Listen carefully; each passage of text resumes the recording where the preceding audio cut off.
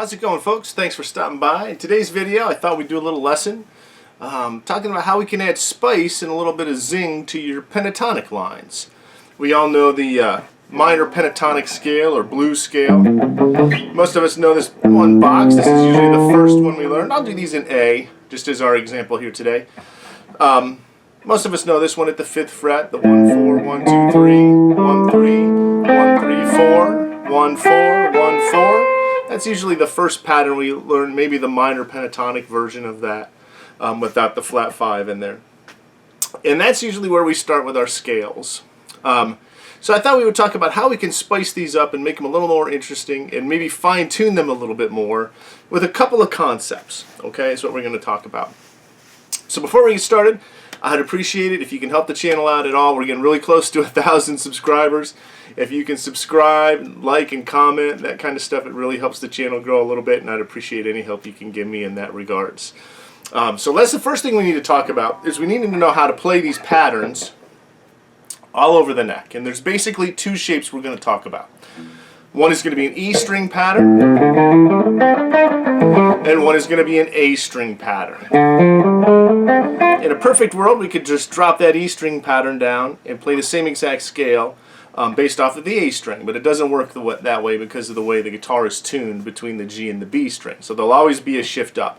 So if I played like the D blues scale pattern here, it would be 1, 4 starting on the A string, 1, 2, 3, 1, 3, and then 2, 4, 4 with the slide up, 1, 4, 4. Takes you back to the root note again. So those are going to be the two patterns we're going to talk about. So if I put them in the key of A, I would have an open position A string pattern right here.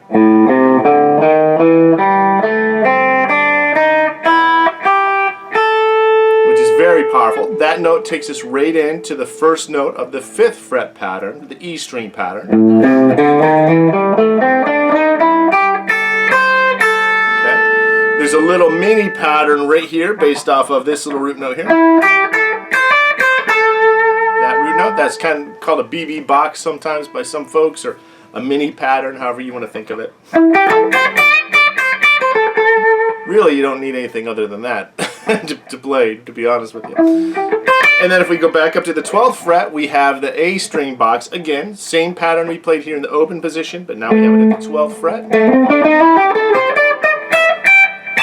That takes us back to the A pattern again. The A key, I should say, with the root note on the E string up top. So with just those two patterns and that little mini pattern, we covered the whole neck of the guitar. Okay, so you want to be able to visualize that in all 12 keys. That's the same notes, right? We're just moving them around a little bit.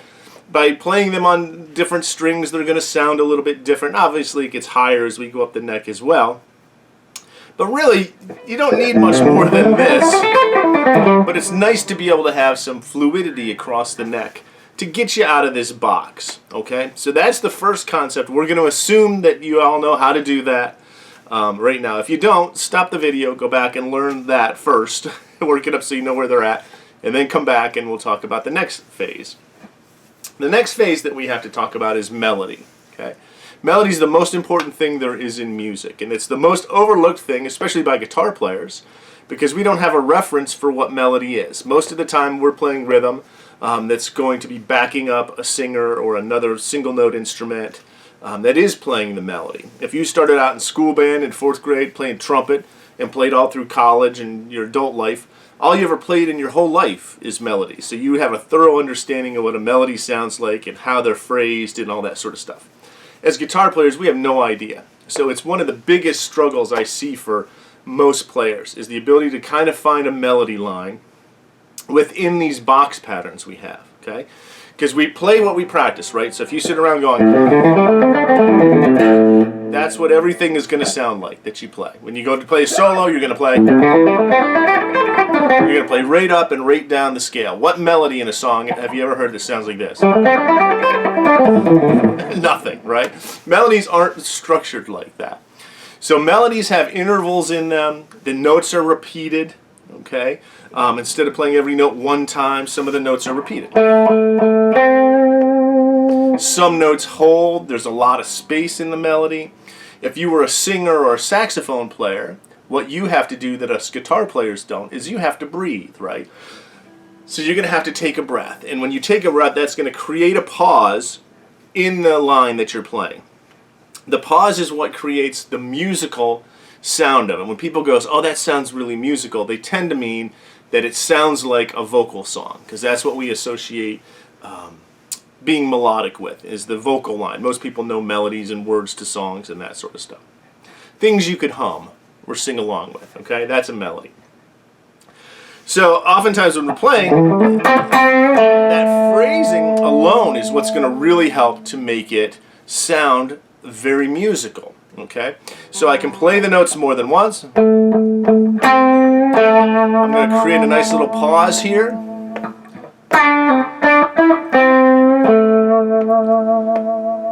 Right? So it seems like simple stuff so far, but I'm really trying to focus on the melodic idea that we have within this scale pattern, okay?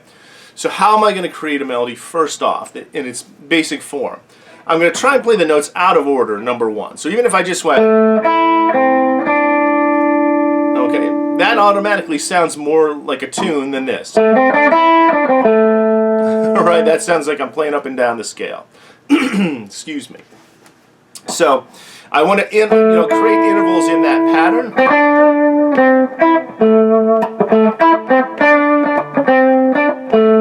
To kind of create a melodic line. I'm going to play some of the notes more than once.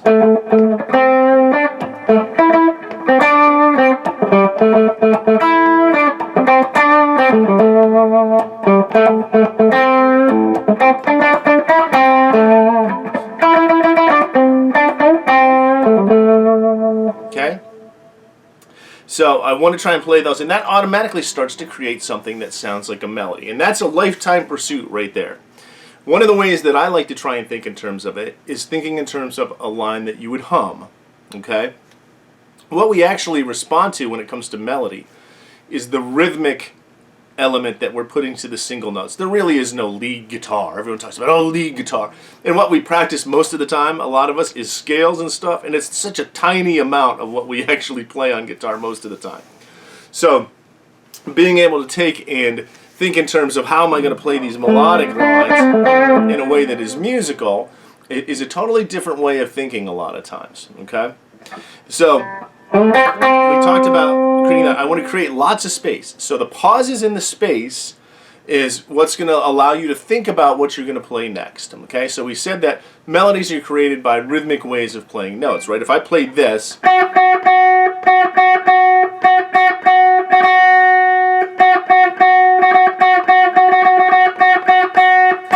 do you know what song that is?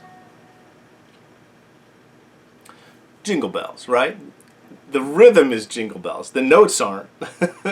But you will probably, or hopefully, recognized it based off the rhythm that I played those single notes. Okay, so I use that to demonstrate that the rhythm that we play these notes at is more important than the notes that we're actually choosing. Okay? So we know what the notes are. I have this pattern. Let's simply put it here. So if I played a groove, if I had...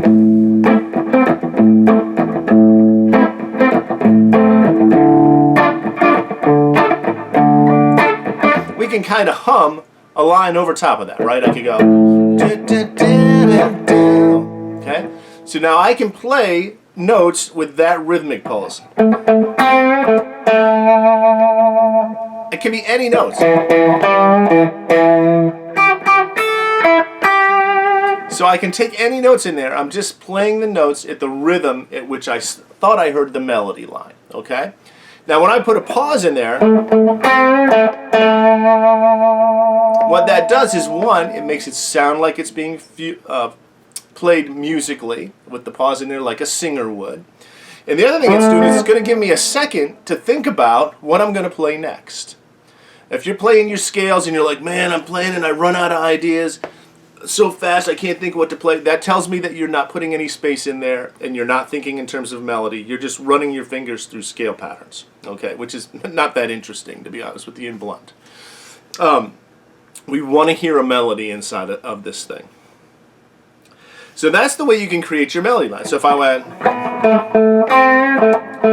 I hear the next line. Doesn't matter the notes. Okay? So I can play that and it's immediately starting to sound like a tune. Now you may have heard this term of call and response, right? An easy way to do that is play one line ascending, then your next line descending. So if I went, then my next one would descend. Well, actually ascend because my first one descended. Sorry about that. And then I would descend on my next line. Okay? So we're putting a little thought into how we're lining this stuff up inside of our lead parts. We're not just letting our fingers run through these patterns and play a bunch of nonsense, okay? We're trying to be deliberate when we're trying to make music. So we're putting a little thought into it and being deliberate in it. That's a lifetime pursuit right there, okay? Now the next thing we're talking about, this is condensed, so I would pause and play that a little while to see if you can get that.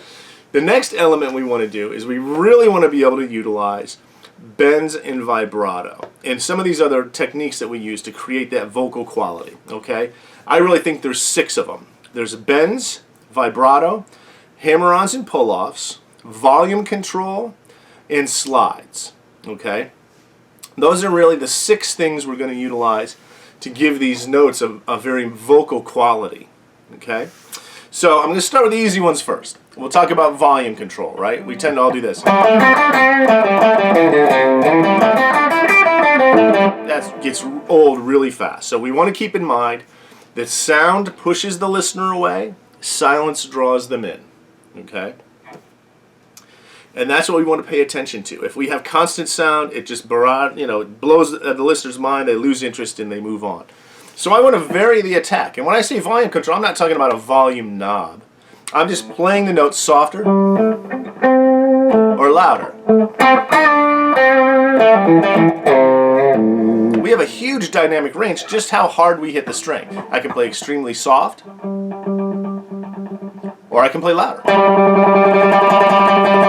Right? And so I want to vary that just as if I was speaking. If I play everything at the same volume, it's like being yelled at. We've all been yelled at, right? We know what that's like. We hear the first 3 words, and then it pretty much sounds like a Charlie Brown cartoon. Right?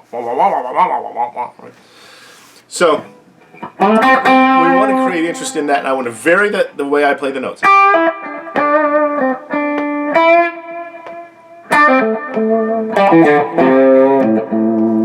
And that's what will create interest in the line. Also, the pause that we're going to put in between those notes not only lets us take a breath, so to speak, but it's also going to create that silence that draws people into what your next line is going to be. Okay? Real important. Hammer-ons and pull-offs, we all probably know what those are. Hammer-on, pull-off. Those are sometimes called trills.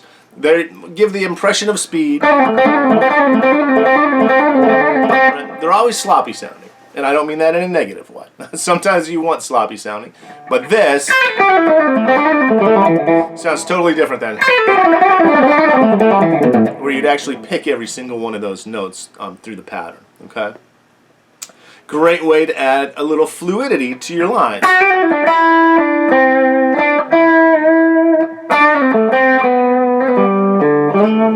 So those little hammer-ons and pull-offs, by taking away the pick attack on certain notes, makes it a little smooth kind of a sound, which can be kind of neat. The other one we're going to talk about is a slide, and by slide I just mean sliding into or out of the notes. We can slide into or out of any note easily by a half step, sometimes a whole step. And I'm just starting, in this case, a half step low, and sliding into the note that I want to be the next one I'm going to use.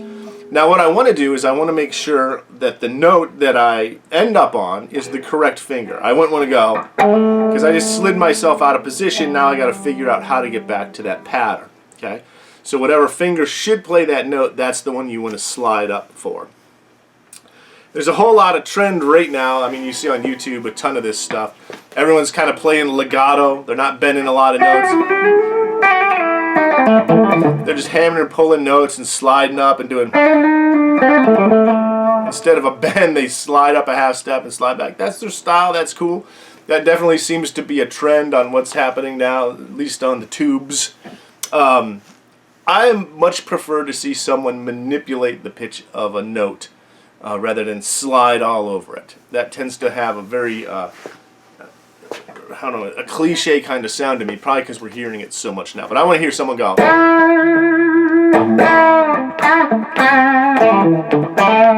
I want to hear a nice smooth vibrato. I don't want to hear, that really fast, wide vibrato that some people do. Makes me crazy. So let's talk about those two techniques. So bend and vibrato is a lifetime pursuit. I've been playing 40-some years, and it's still what I practice a fair amount because I don't ever think it's good enough. It's really the identifying thing to your tone and your sound is how well you do those two techniques. If we're beginner players or even intermediate players, a lot of times we shy away from that stuff because we can't play the notes in tune.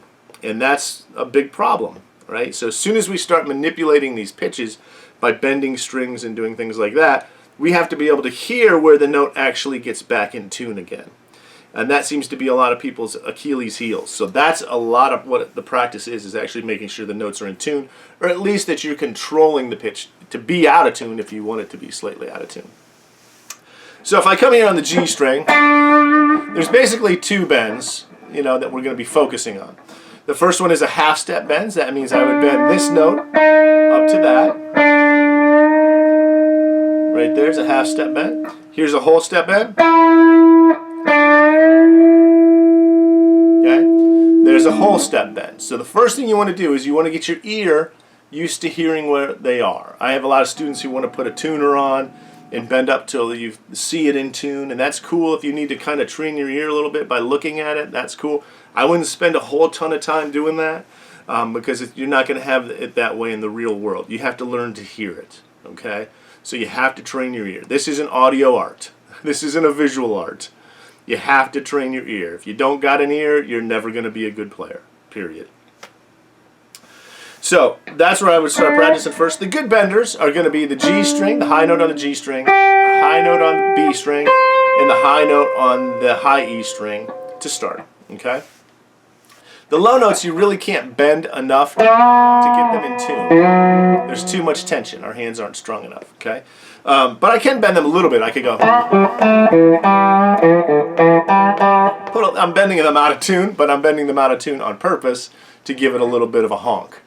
The other thing you want to pay attention to is when you're going to bend a note, you want to have 3 fingers on it. We do not have enough control or hand strength to do it with 1 finger, okay? We can't control the note enough. You need to have 3 fingers on it to be able to control the bend of it and have enough strength to manipulate these pitch accurately.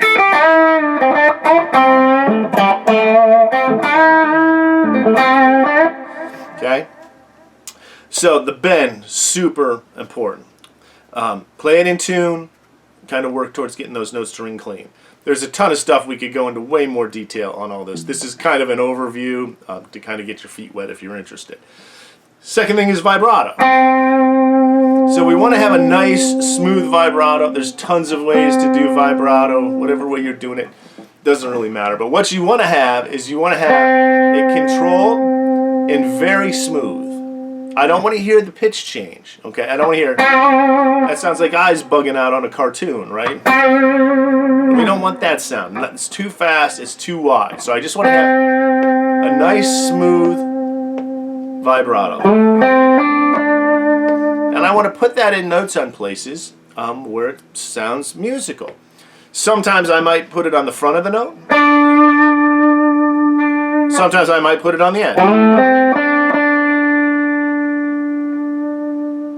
So there I let the note ring a little bit before I put it on, which can be really interesting to hear too. Trying to find interesting ways to play these same 5-6 notes, okay? So those are the techniques that are going to light it up a little bit. Now if we combine all of those techniques, we can really come up with some interesting melodic concepts, right? So if I went...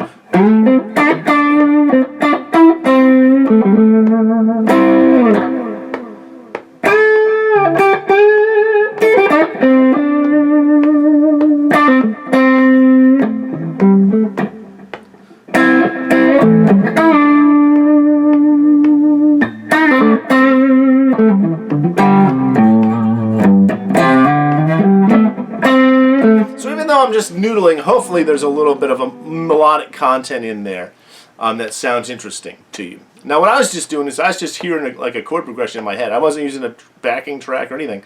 Just trying to find interesting ways to play a melody.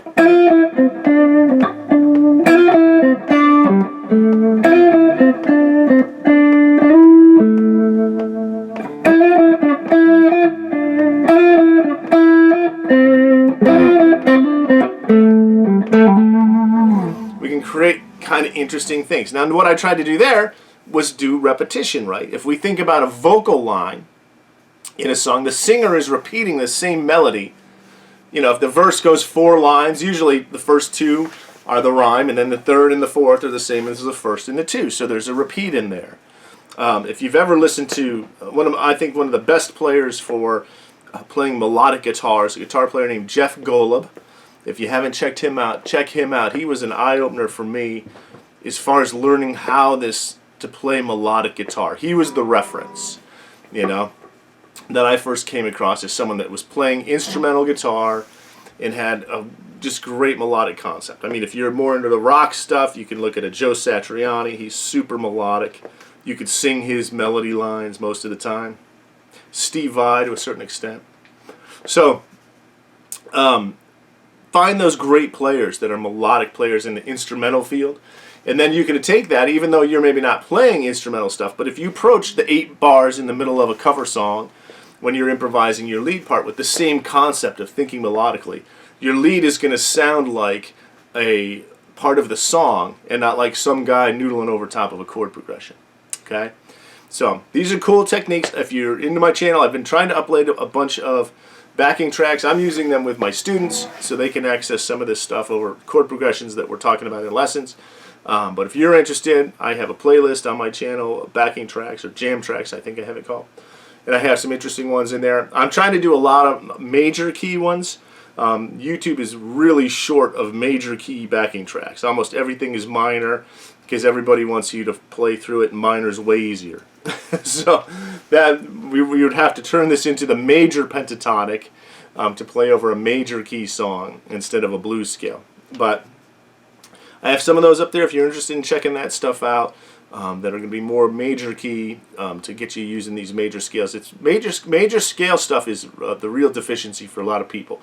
Hopefully going to do some videos on that stuff too, because it's really important to understand that all music is based off the major scale. So if you don't have a thorough understanding what that is, you're pretty much screwed right all the way through your playing journey. So kind of cool. So hopefully you find this helpful, and as always, I really appreciate you checking out my videos, and thanks for watching. You have a great day.